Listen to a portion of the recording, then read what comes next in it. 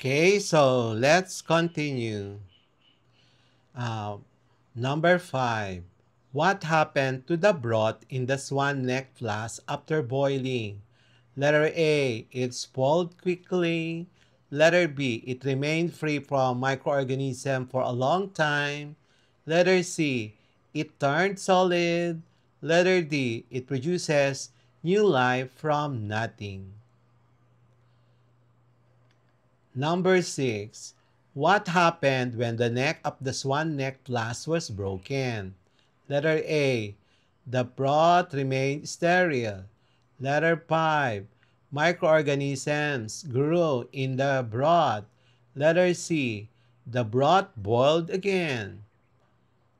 Letter D. The experiment failed. Number 7. Which earlier scientists also challenged spontaneous generation using meat and maggots. Letter A. Robert Hooke. B. Francesco Redi. C. Anton van Leeuwenhoek. D. John Needham. Number 8. Pasteur's experiment supported which scientific idea? A. Biogenesis. B. Biogenesis. C. Atomic theory. D. Germination theory. Number 9. Why is Pasteur's work important in medicine and health today? A. It showed how to create new microorganisms. Letter B. It led to the practice of sterilization and preventing contamination. Letter C. It proved that all germs are harmless. Letter D. It invented the first medicine. Number 10. What do we call the process of heating liquids to kill microorganisms without changing their quality? Letter A. Sterilization. B. Pasteurization. C. Fermentation. D. Distillation. Number 11. What was trapped in the carved neck of Pasteur's flask that prevented contamination? A. Air. B. Dust and microorganisms. C. Water droplets. D. Gas bubbles. Number 12. What would have happened if Pasteur had not boiled the broth before the experiment? Letter A. The broth would remain sterile. Letter B. Microorganisms already in the broth would grow. Letter C. The experiment would prove spontaneous generation. Letter D. The flask would break. Number 13. What major conclusion was drawn from Pasteur's experiment? A. Life can be created from non-living matter. B. Only air can create new life. Letter C. Living organisms come only from other living organisms.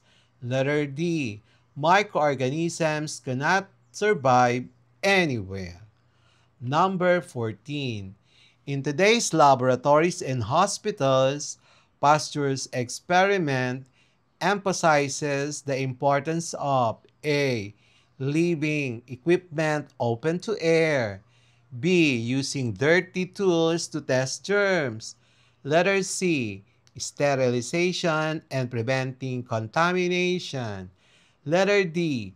Allowing microorganisms to multiply freely.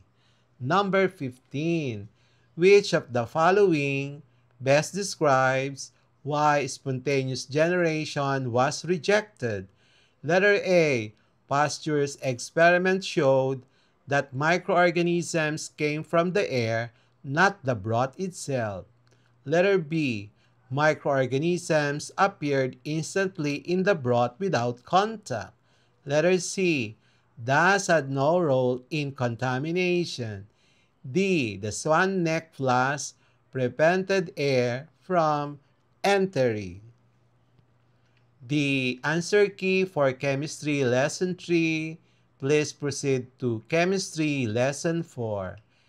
The answer key for Chem Lesson 2 about historical background, Pasteur's scientific method, using research to solve practical problems is as follows. Number 1 to 10. 1. C. Germ theory of disease. 2. B. Hypothesis testing. Number 3. A. Spontaneous generation debate. Number 4. B. Swan neck flask experiment. Number 5. D. Pasteurization. Number 6. C. Vaccination, rabies or anthrax. Number 7. A. Observation and experimentation. Number 8. B. Practical problems, problem solving in science. Number 9. D. Scientific method as a universal approach. Number 10. A. Applying science in daily life. And that's it for today's lesson here on Smile Road. If you learned something new today, don't forget to hit that like button and share this video with your classmates. And make sure to subscribe and tap the notification bell so you'll be the first to know when a new lesson drops. This is Sir M, reminding you that learning doesn't stop after the bell rings. Keep asking, keep exploring, and always walk the road of knowledge with a smile. Smile Road, where curiosity meets discovery. See you in our next lesson. Bye-bye. Thank you, everyone.